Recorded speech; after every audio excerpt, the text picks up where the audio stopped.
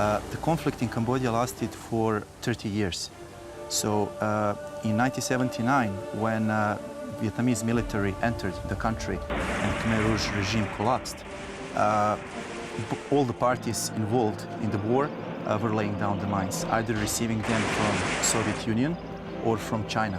And in later stages, it progressed and it continued until 1998, when the war ended and when the reconciliation happened.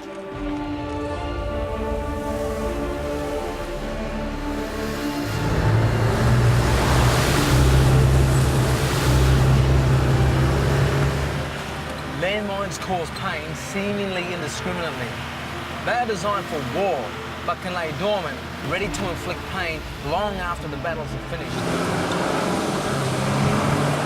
Demining an area takes time, and you can't get rid of them overnight.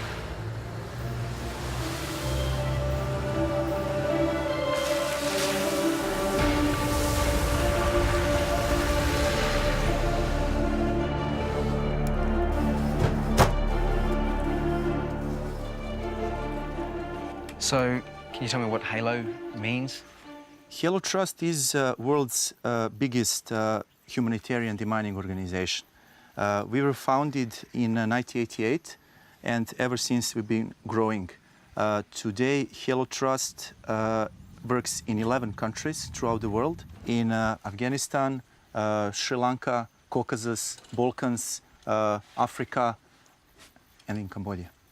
So what is the kind of mine that you find here in this area? Don't get confused. It looks small. It looks like a toy also.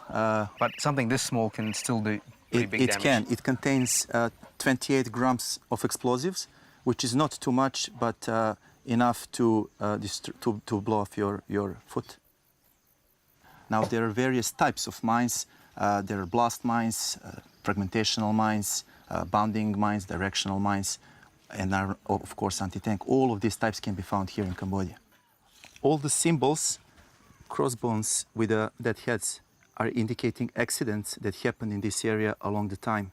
As you can see, there are 4, 5 in this area. So that could be both a death and an injury? Yes, or? affirmative. Yep.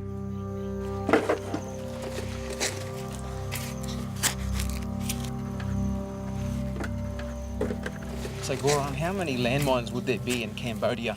Since we started working in Cambodia in 1992, we cleared 235,000 mines in this country. And if you take into consideration what is known, the known minefield is one of the biggest minefields in the world, called the K5, that starts close to Mekong River and follows the Thai border all the way down to Bay of Thailand. We know that that minefield probably contains about 1.5 million anti-personnel mines. The mines were getting into Cambodia in secrecy, being supplied from Soviet Union or from China without us knowing really how many mines entered Cambodia. So how many people die, do you think, per year? Last year, number of accidents in Cambodia related to explosive remnants of war was 244. Back in 90s, it was 1,800. Then it dropped down to 1,500 and further down. So at this point, we are having still significant number of accidents during the year. Not every accident is a fatal one. Of course, there are many injuries along the way. These red sticks, red painted sticks, demarcate the boundary between the safe ground, where we are standing right now, and the unsafe ground, or the actual minefield where we are engaging and finding and clearing the mines. This is the actual clearance process. It's very standardized, as you can see. The miner is moving forward, breaching through the suspect ground. Every sweep of his detector is defined by this 1 meter red end of lane marker, and he will conduct 6 controlled sweeps over it before he moves the end of lane marker for one width of the detector head.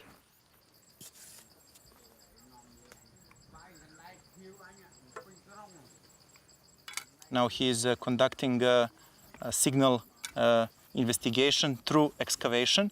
During the dry season, this process can consume 1 hour sometimes, not just 10 minutes like here. Well, we are on the mine line right now, so I wouldn't be surprised if this is another MD-82 Bravo. I'm getting nervous just watching him. I'm just wondering how he must be feeling getting that close. Well, this is a routine work for him, so I don't think there is any stress involved in the process regarding our stuff. So this is just another day at the office for him. I think so.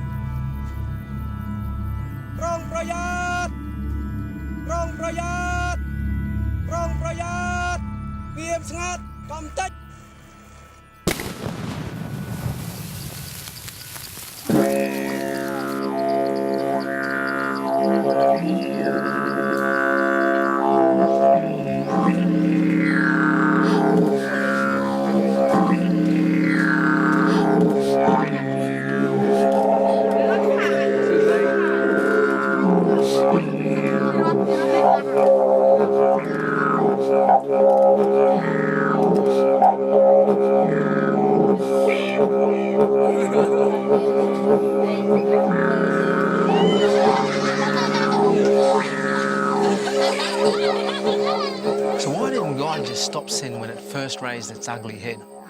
Why do we have to suffer? And why doesn't he hurry up and just stop sin now? Well, sin's a bit like these landmines here in Cambodia. Its removal is a slow and dangerous process. The only safe way to do it takes time. The pain we see all around us is the evidence of that. God is allowing sin to run its full course to ensure the real issue is solved in the hearts of humanity forever. He doesn't want to risk the sin landmine laying dormant and exploding ever again. He wants us to be free from sin forever, and the only way to achieve that is time.